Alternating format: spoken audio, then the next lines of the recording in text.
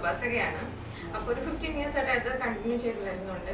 എനിക്ക് ജ്യോതിഷപരമായിട്ടൊന്നും അറിയില്ല, കബഡി വയ്ക്കാനോ അങ്ങനെ അതിനെപ്പറ്റിയൊന്നും എനിക്ക് അറിയില്ലായിരുന്നു. സ്വപ്നവാരാഹിയായിട്ട് വന്നിട്ട് മാഷിൻ്റെ പേരിങ്ങനെ പറയുമായിരുന്നു. എനിക്ക് ഇവിടെ എത്തപ്പെടാൻ ഞാൻ എങ്ങനെ എത്തപ്പെട്ടു എന്ന് ചോദിച്ചാൽ അങ്ങനെ വന്നതാണ്. അതിൽ ഒരുപാട് സന്തോഷമുണ്ട്. പിന്നെ ആ പേര് വെച്ചിട്ട് കോട്ടയം എന്ന സ്ഥലവും വന്നു.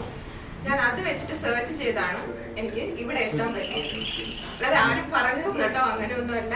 എനിക്ക് അമ്മനായിട്ട് സ്വപ്നത്തിൽ കാണിച്ചു തന്നതാണ് മാഷിനെ. അപ്പോൾ താങ്ക് യു. കോയമ്പത്തൂരാണ് സ്ഥലം.